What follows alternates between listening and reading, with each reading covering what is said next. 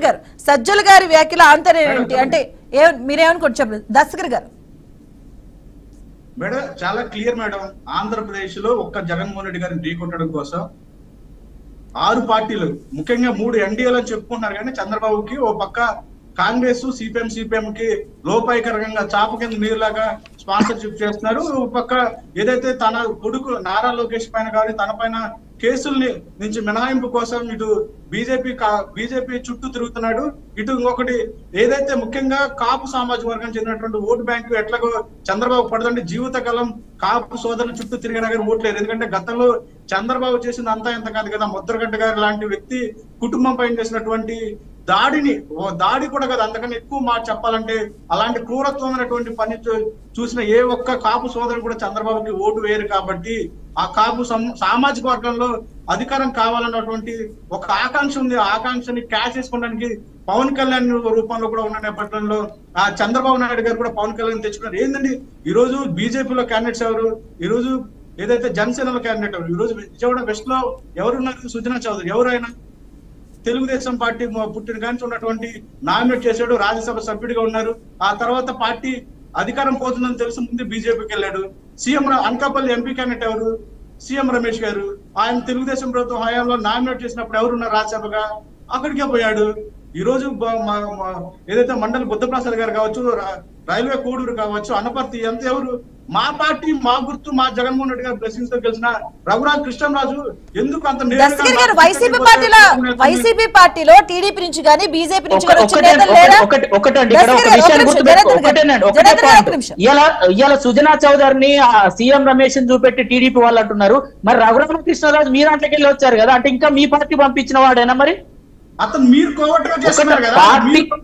అంటే ఒకటండి, ఇప్పుడు మీ పార్టీ ఇప్పుడు ఎలక్షన్స్ వచ్చాక జాయిన్ అయ్యాడా లేకపోతే మీ పార్టీలో పనిచేస్తూ జాయిన్ అయ్యాడా టీడీపీలో? అంటే మీ పార్టీలో జాయిన్ అయినప్పుడు మీ పార్టీకి అంకితమై మీరు ఏం చేసినా మీ అరాచక పాలన అంగీకరిస్తూ మీ నియంతృత్వ పాలన అంగీకరిస్తూ మీకు బానిసల్లో ఉండాలా? చెప్పినా కానీ ప్రజలు ఎవరి పక్షం తెలుసు.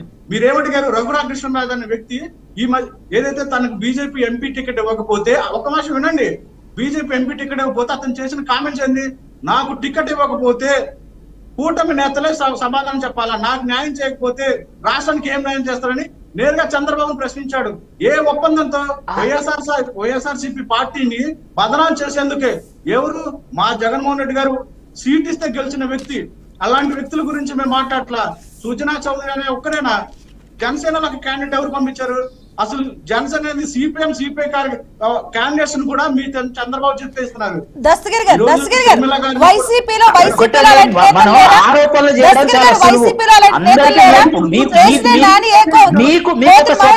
నిర్ణయాలు తీసుకునే శక్తి సామర్థ్యాలు లేవు. మీరు పీకే లాంటి వాళ్ళు చెప్తే టికెట్లు ఇచ్చేవాళ్ళు కాబట్టి మీకు అందరూ మొత్తం కనబడుతున్నారు. కానీ ఎప్పుడు ఏ పార్టీ కూడా ఒకటి చెప్తే ఒకటి వినేంత పరిస్థితిలో పార్టీలు ఉండవు. ఎందుకంటే పార్టీలు అంటే మీలాగా జగన్మోహన్ రెడ్డి లేకపోతే ఆయన బాబాయిలో లేకపోతే ఒక్కరు ఇద్దరు నడిపేది కాదు వ్యవస్థ.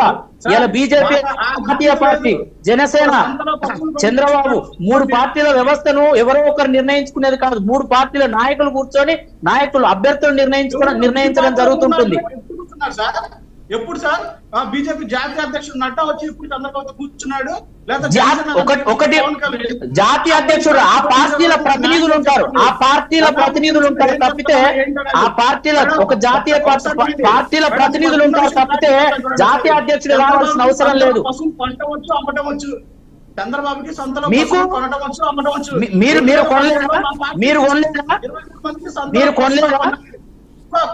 మీరు కొనలేదా? జనార్దన్ గారు అండ్ దస్తగిరి గారు ఒక్క నిమిషం సైలెంట్ గా ఒక్క నిమిషం. విల్సన్ గారు కూడా మనతో యాడ్ అయ్యారు, బీజేపీ నేత. దస్తగిరి గారు అండ్ జనార్దన్ గారు ఎవరు ఎమ్మెల్సీలా మీరు కొనుక్కున్నారండి బాబు. ఎమ్మెల్సీలో మేము కొనుక్కోలేదు, మేము ఓటింగ్ లో గెలుచుకున్నాం, అది ఓటింగ్ లో గెలుచుకున్నాం తప్ప ఎవరిని కొనుక్కోలేదు. క్రాస్ ఓటింగ్ పడింది, ఏమైంది? పోయింది. మా జగన్మోహన్ రెడ్డి గారికి పక్క పార్టీ నుంచి కొనుక్కోవాల్సిన అవసరంలా మా పార్టీలో కార్యకర్త నించోబెట్టి వల్లభనేని వంశీని ఏం చేశారు? వల్లభనేని వంశీని కొనుక్కోక కిరాయికి తెచ్చుకున్నారా? కర్ణం దేని తెచ్చుకున్నారు? లేదు, మరణం ముందు ఏం తెచ్చుకున్నారు? సార్ ఒకసారి వినండి. గుంటూరు ఈస్ట్ ఎమ్మెల్యే తెచ్చుకున్నారు. మీ ఆరు పార్టీలో కార్యకర్తను పెట్టి గెలిపించే సత్తా మీకుందా? మా జగన్మోహన్ రెడ్డి గారి కార్యకర్త నిలబెట్టి గెలిపిస్తాడు. ఒక టిప్ప డ్రైవర్ గెలిపిస్తాడు. మీకు చేత అలాంటి చరిత్ర చాలా ఉన్నాయి. అలాంటి చరిత్ర తెలుగుదేశానికి చాలా ఉన్నాయి. అలాంటి చరిత్రలు తెలుగుదేశానికి చాలా ఉన్నాయి. ఇవాళ మీరు చేసిన అరాచకాన్ని పట్టుకునేందుకు ఇలా మేము చూడడం జరుగుతున్నది. మీరు 2019లో చేసింది ఏంటి? 2019లో చేసింది ఏంటి? మీ అభ్యర్థుల లిస్టు, మీ అభ్యర్థుల ఆస్తిపాస్తులు సామాన్యుల అసామాన్యులు అనేది చూస్తే నోరెళ్ళుతారు. టీడీపీ పార్టీ వెన్నుపాటికి ఎంత ఒక జాతీయ స్థాయిలో అవార్డు కూడా వచ్చు. మరి మీ షర్మిలకు చేసింది ఏంటి? మీరు మీ షర్మిలకు చేసింది వెన్నుపోటేనా? మీ షర్మిలకు చేసింది వెన్నుపోటాను ఒప్పుకుంటారా మీరు? షర్మిలకు జరిగింది ఏంటిది? జగన్మోహన్ రెడ్డి బాబుకి జరిగింది ఏంటిది? వెన్నుపోట, పోట. అవన్నీ లెక్కేసుకుంటే చంద్రబాబు గారు తెలుగుదేశం పార్టీకి గెలవడం చేత కాక దాని మీద ఏదో ఒక దాని మీద పోవాలి. మేము 2019లో దస్గిరి గారు 1 సెకండ్ ఆగండి. దస్గిరి గారు, అలాగే జనార్దన్ గారు 1 నిమిషం ఆగండి. విల్సన్ గారు కూడా యాడ్ అయ్యారు, బీజేపీ నేత. విల్సన్ గారు గుడ్ ఈవినింగ్ అండి.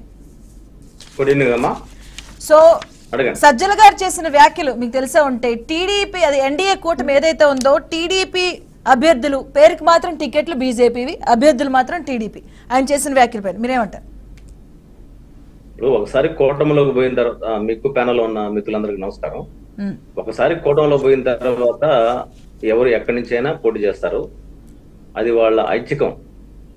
కాబట్టి దాని మీద పెద్ద అంటే పొలిటికల్ స్టేట్మెంట్ లో భాగంగా ఆయన డిమోరలైజ్ చేయాలి, పవన్ కళ్యాణ్ ని డిమోరలైజ్ చేయాలి, బీజేపీని అని చెప్పి మాట్లాడింది. ఇది ఇప్పుడు ఆల్రెడీ వ్యవస్థలో ఏంటంటే గెలుపు గుర్రాల కోసం అన్వేషిస్తూ ఉంటారు. ఆ గెలుపు గుర్రాల భాగంగా కొద్దిమంది అవకాశం ఉన్న వాళ్ళకి ఈటా వస్తుంటాయి. ఇది కొంత రాజకీయంగా విమర్శలు చేసుకోవడానికి అవకాశం వాళ్ళు తీసుకున్నారు. కానీ పొత్తు అనేది న్యాచురల్ గా ఇంతకు ముందు కూడా గతంలో కూడా ఒక పార్టీలో ఉండేవాళ్ళు ఇంకో పార్టీలో పోటీ చేయడం అనేది కొత్త కాదు. కాంగ్రెస్ పార్టీలో చాలా రాజశేఖర రెడ్డి గారు బతుకున్నప్పుడు చాలా మంది అట్టనే ఆ పార్టీలోకి వచ్చారు, పోటీ చేశారు, మళ్ళీ బయటికి పోయారు, బీఆర్ఎస్ లో పోయారు. ఇవన్నీ ఒక చరిత్ర. అదేవిధంగా దత్తపుత్రుడు అనే భావజాలం కూడా తప్పు. ఎందుకంటే అలయన్స్ రాజకీయం చేసేటప్పుడు వాళ్ళకి నచ్చిన పార్టీతో అలయన్స్ అవుతారు. మనతో అలయన్స్ కాకపోవడం కారణం భావసారూప్యత లేకపోవచ్చు, భావసారూప్యత వైసీపీ లేక కొన్ని రాజకీయ పార్టీలు రాకపోవచ్చు. అయితే అలాగని చెప్పి నేనేమంటాను, మాకు అంత అవసరం లేదు సార్. విల్సన్ గారు, మాకు అంత అవసరం లేదు. ఇప్పుడు మా పార్టీలో పొత్తు పెట్టుకొని తెచ్చుకోవాల్సినంత అవసరం మాకు లేదు. అసలు నిజంగా బీజేపీ, విల్సన్ గారు మీరు ఏం మాట్లాడుతున్నారో తెలియదు కానీ మీ బీజేపీలో పొత్తులు ఎవరైనా పోటీ చేయాలంటే మీ బీజేపీలో పార్టీ కోసం పనిచేసి, సంఘ్ కోసం పనిచేసిన నాయకులు ఎవరు లేరా? టీడీపీ నుంచి వచ్చిన వాళ్ళకే టికెట్లా సార్? ఇది మీరు న్యాయంగా ఆలోచించండి. మీ రాష్ట్ర పార్టీ అధ్యక్షుడు సోమిరాజు చేశాడు, ఆయన ఏం పాపం చేశాడు? ఎమ్మెల్సీ మాధవ్ గారు లాస్ట్ 5 years లో పనిచేశాడు, ఆయనకి ఇచ్చారు. జీవెల్ నరసింహరావు గారు మీ పార్టీ వాయిస్ కొన్నారు. ఎవరికి సార్ విల్సన్ గారు? మీరు న్యాయం మాట్లాడండి. మీలాంటి కూడా అవకాశం ఇవ్వాలి కదా. టీడీపీ కార్యకర్తలు తెచ్చేసి టీడీపీ నాయకులు. విల్సన్ గారు మనస్ఫూర్తిగా మీరు చెప్పండి, పొత్తులు అన్న తర్వాత టీడీ కాదు, పార్టీలో పనిచేసిన వాళ్ళకి ఇవ్వాలి కదా సార్. రేపు ఏమవుతుంది? మీ పార్టీలో పనిచేసిన వాళ్ళు మళ్ళీ ఆ పొత్తు ఓడిపోతుంది, మా పార్టీకి వెళ్ళిపోతారు కదా. మీకు వచ్చింది ఎవరు? పార్టీ నుంచి మారినోళ్ళే కదా సార్.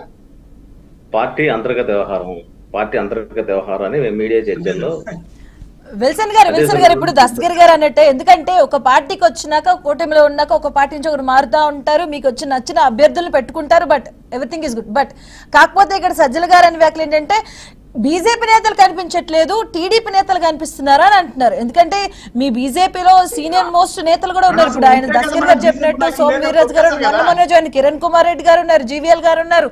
ఆయన అయితే పూర్తిగా ఢిల్లీకి అంకితం అయిపోయినట్టున్నారు. ఆయన గార్పాటి గారు ఉన్నారు, వీళ్ళంతా ఉన్నారు కదా, అక్కడ కనిపించట్లేదు. టీడీపీ నుంచి నిన్నగా వచ్చిన అభ్యర్థులను మీరు ప్రకటించుకున్నారని అంటున్నారు ఆయన. కాదమ్మా, ఇప్పుడు మేము ఏదైతే నరసాపురం నుంచి పోటీ చేస్తున్న రఘురామకృష్ణరాజు గారి ప్లేస్ లో వర్మ గారు 25 ఏళ్ళ నుంచి పనిచేస్తున్న సీనియర్ కార్యకర్తే, సత్యకుమార్ గారు కూడా పార్టీ సీనియర్ కార్యకర్తే, సుజనా చౌదరి గారు ఇప్పుడు 7-8 సంవత్సరాల క్రితం పార్టీ చేరిన వ్యక్తి, సీఎం రమేష్ గారు అంతే.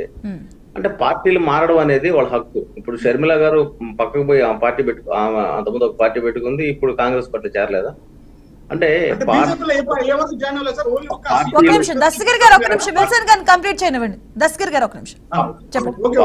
మారడం, తర్వాత వాళ్ళ అస్తిత్వం కోసం రాజకీయాలు చేయడం, సహజంగా జరుగుతుంటాయి. అది సజ్జల రామకృష్ణారెడ్డి గారు అది తెలుసు, ఆయనకి తెలిసి కూడా ఏదో ఒకటి కొంత బురద చల్లాలి అని తాపత్రయం. అది ఆ తాపత్రయంలో భాగంగానే వ్యాఖ్యలు చేశారు. దాన్ని పెద్ద పట్టించుకోవాల్సిన అవసరం లేదు. అదే సమయంలో పవన్ కళ్యాణ్ గారు ఆయన తగ్గాడు, రాష్ట్ర ప్రయోజనాల కోసం ఆయన తగ్గి ఆయన 21 సీట్లు తీసుకున్నాడు. దాన్ని మనం ఒక త్యాగంగానే చూడాలి తప్ప దాన్ని ఇంకో రకంగా చూడాల్సిన అవసరం లేదు. అదేవిధంగా తెలుగుదేశం పార్టీ వాళ్ళు కొద్దిమంది బీజేపీ నుంచి పోటీ చేశారన్నారు. అదేవిధంగా వైసీపీ పార్టీ నాయకుడే కదా వరప్రసాద్ గారు కూడా ఇక్కడ మా దగ్గరికి వచ్చి పోటీ చేశారు కదా. కాబట్టి ఇది ఎన్నికల సమయంలో అటు ఇటు నడుస్తూ ఉంటది వ్యవహారం. అయితే నేనేమంటానంటే అది మంచి సాంప్రదాయమా చెడ్డ సాంప్రదాయం పక్కన పెడితే పార్టీలో గెలుపు గురాల పేరుతో కొద్దిమంది సీనియర్లకు అవకాశం వస్తుంటాయి, కొద్దిమందికి రావు. ఇప్పుడు దళిత ఎమ్మెల్యేలని వాళ్ళ నియోజకవర్గం అటు చేశారు అంటే దానికి కారణం ఏంటి? ఒక దగ్గర పనికిరాని చెత్త ఇంకో దగ్గర బంగారం అవుతుంది. మరి జగన్మోహన్ రెడ్డి వైఫల్యం కదా, మొత్తం ఆయనే కదా బటన్ నొక్కేది. బటన్ నొక్కడం అనేది ఏమాత్రం వైఫల్యం లేదు. అందుకనే 175కు 170 స్థానాలు మేము గెలవగలుగుతాం. పార్టీ కార్యకర్త నిలబెట్టుకున్నా సరే, మా పార్టీలో పనిచేసిన కార్యకర్త నిలబెట్టుకున్నా సరే మేము గెలుస్తాం. జగన్మోహన్ రెడ్డి గారు నిలబెట్టిన వ్యక్తి క్యాండిడేట్. మాకు వైఫల్యం కాదు సార్, 50% పైగా ఓటు నుంచి గెలుస్తాం. విల్సన్ గారు రాష్ట్రాన్ని ఒక నిమిషం దస్తగిరి, ఒక నిమిషం చిన్న కొంచెం ఓపిక పట్టు, తర్వాత మాట్లాడు. రాష్ట్రాన్ని అడ్డగాలుగా దోచేసిన జగన్మోహన్ రెడ్డి మళ్ళీ రావాలని కోరుకుంటున్నాం అంటే రాష్ట్రం మీద ప్రేమ లేదని. 45 కేంద్ర సంస్థలు ఇస్తే అదేదో చంద్రబాబు నాయుడు మీద కోపంతో ఆ సంస్థలను డెవలప్ చేయకుండా ఆపేశారు. దాదాపు 3 లక్షల కోట్లు ఖరీదు చేసి అమరావతి భూముల్ని ఆఫ్ చేశారు. దళితులకు సంబంధించిన ఎస్సీ కార్పొరేషన్, మాలా మాదిగ రెల్లి కార్పొరేషన్ పేరుతో 3 కార్పొరేషన్ ఉంటే ₹1 డబ్బులు గడి కేటాయించాల. మీరు ఏ సామాజిక వర్గం నాకు తెలియదు కానీ ఇదంతా కూడా గుండెల్లో పుండై కనబడతా ఉంది. అదేవిధంగా డాక్టర్ సుధాకర్ దగ్గర నుంచి, పట్లిపు కొట్టిన సుధాకర్ దగ్గర నుంచి, అదేవిధంగా కిరణ్ దగ్గర నుంచి ఒక మర్డర్ చేసిన ఒక్క నిమిషం మిత్రం, మర్డర్ చేసిన అనంతబాబుని పక్కన పెట్టుకుని తిరగడం, ఇవన్నీ కూడా ఏంటంటే దళితుల్లో వాళ్ళ గుండె గాయమైంది. ఎందుకంటే చుండూరు, పాతిరికపేంపేట లాంటి సంఘటనల్లో దళితులు అనేక సందర్భాల్లో బాధపడున్నారు. జగన్మోహన్ రెడ్డి గారి పాలనలో ఎక్కడ దళితులను ఓదార్చినట్టు కనబడలేదు. ఆయన విశాఖపట్నంలో చనిపోయిన వాళ్ళ కోసం పోయాడు తప్ప ఏ దళిత కుటుంబం దగ్గరికి ఆయన పోలా. ఇవన్నీ కూడా మనం గమనించాల్సిన అంశం ఏంటంటే జగన్మోహన్ రెడ్డి గారి పాలన అనేది ప్రజలకు బోరు కొట్టింది. కాబట్టి ఇంకా ఆయన నాకు తెలిసి మళ్ళీ అవకాశం లేదు. రాష్ట్రాన్ని ఈ రోజు ప్రతి వారం ఆర్బీఐకి వెళ్ళి తలుపు కట్టి డబ్బులు తీసుకుంటాడంటే అర్థం ఏంటి? ఇక్కడ ఇంకా పాలన పడకేసింది. ఇంక జగన్మోహన్ రెడ్డి గారు పరిపాలించాడు. ఇప్పుడే వారం ఆర్బీఐ దగ్గర పోతాడు. ఇంకేమో తాకట్టు పెట్టడానికి ఎంఆర్ఓ కార్యాలయాలు, ఆర్డీఓ కార్యాలయాలు ఇంకా మొత్తం తాకట్టు పెట్టేశాడు కదా. ఇంకేమైనా ఉందా తాకట్టు పెట్టడానికి మన రాష్ట్రం? ఆంధ్రప్రదేశ్ లోనే ఉండేది. నేను ఆంధ్రప్రదేశే, నేను విజయవాడలో ఉన్నా. నువ్వు ఎక్కడున్నావు? విజయవాడ. మాది డేటా ప్రతి వారం ఎఫ్ఐఆర్ పరిమితికి మించి అప్పులు చేసే పరిస్థితికి వచ్చింది. అడ్మినిస్ట్రేషన్ లేకపోవడం. జనరల్ గా ఏం చేస్తాడంటే ఒక తండ్రి ఏం చేస్తాడంటే అతను వ్యసనపరుడైనా లేకపోతే బాధ్యతంగా ఉన్నా ఇంట్లో ఉండే తప్పేళాలు, సామాన్లు, తర్వాత ఇంట్లో ఉండే కూలర్లు అన్ని అమ్మేసి పిల్లకాయలు రోజు బిర్యానీ పెడుతుంటాడు. ఇప్పుడు జగన్మోహన్ గారు ఏంటి సంపద పెంచకపోవడం వల్ల ఏమైందంటే ఆంధ్రప్రదేశ్ ఈరోజు అప్పులు పాలైపోయింది. ప్రతి ఇంటి మీద 10 లక్షల. ఇవన్నీ ఎలా చేస్తారు? ఆగండి దస్తగిరి గారు, నెక్స్ట్ మీరు మాట్లాడండి. ఇప్పుడు ఇదంతా ఎవరు భర్తీ చేస్తారు? కాబట్టి మళ్ళీ జగన్మోహన్ రెడ్డి గారు అనబడే వ్యక్తి వస్తే, అందుకే మేమంటే డబుల్ సర్కార్ కావాలి. ఎందుకు అంటున్నామంటే ఇప్పుడు జగన్మోహన్ రెడ్డి గారి పాలన సాధ్యం కాదు, ఇక ఆయన రాష్ట్రాన్ని డెవలప్ చేయలేడు. అందుకే ఎన్డీఏ ప్రభుత్వం అనేది ఖచ్చితంగా ప్రజలకు అవసరం. ప్రజల జీవితాల్లో మార్పు రావడానికి పరిశ్రమలు కూడా మీరు చూడండి, అమరరాజా ఫ్యాక్టరీని ఇక్కడ తరిమేస్తే ఆడ పోయారు. మీరు పోతే దండం పెట్టు రామకృష్ణారెడ్డి గారు. ఇవన్నీ దేనికి నిదర్శనం, దేనికి పరాకాష్ట అంటే రెస్పాన్సిబిలిటీ లేదనేది నేను మిత్రుడు దస్తగిరి గారు తెలియజేస్తున్నా. కాకపోతే ఈ నెక్స్ట్ జనరేషన్ వాలంటీర్లు 5 ఏళ్ళు వాళ్ళ జీవితం మొత్తం నాశనం అయిపోయింది. వాళ్ళకి ఎక్కడ ఉద్యోగాలు వస్తాయి? 5 ఏళ్ళు వాళ్ళ జీవితంలో, మీరు కూడా యంగ్స్టరే, 5 ఏళ్ళు జీవితంలో ఒక కుర్రోడికి లైఫ్ లో పోతే మళ్ళీ ఎక్కడి నుంచి వస్తుంది? 5,000 రూపాయలు వాడు బతుకుతాడా? ఎట్ట సాధ్యం అవుతుంది? అంటే అసలు ఆ వ్యవస్థనే ఏదో వ్యక్తిగత అవసరాల కోసం వాడుకున్నట్టుంది. కానీ ఆ వ్యవస్థలో ఆ కుర్రోడు అందులో ముఖ్యంగా బలహీన వర్గాలు 90% ఉంటారు వాలంటీర్లు. వాళ్ళ జీవితాలు ఏంటి? ఇప్పుడు జగన్మోహన్ గారు మాత్రం అన్ని దగ్గర ప్యాలెస్లు ఉన్నాయి, సంపద ఉంది, మద్యం పేరుతో, ఇసుక పేరుతో, సిండికేట్, మైనింగ్ పేరు సంపాదించుకున్నాడు. మా వాలంటీర్ల పరిస్థితి ఏంటి? వాళ్ళ బిడ్డల పరిస్థితి ఏంటి? మద్యం అడ్డం పెట్టి కూడా కోట్లాది రూపాయలు అప్పులు తెచ్చుకోవడం. కాబట్టి ఈరోజు ఆంధ్రప్రదేశ్ 45 ఏళ్ల వయసు చనిపోతున్నారు. దానికి కారణం ఏంటి? ఇక్కడ తయారయ్యే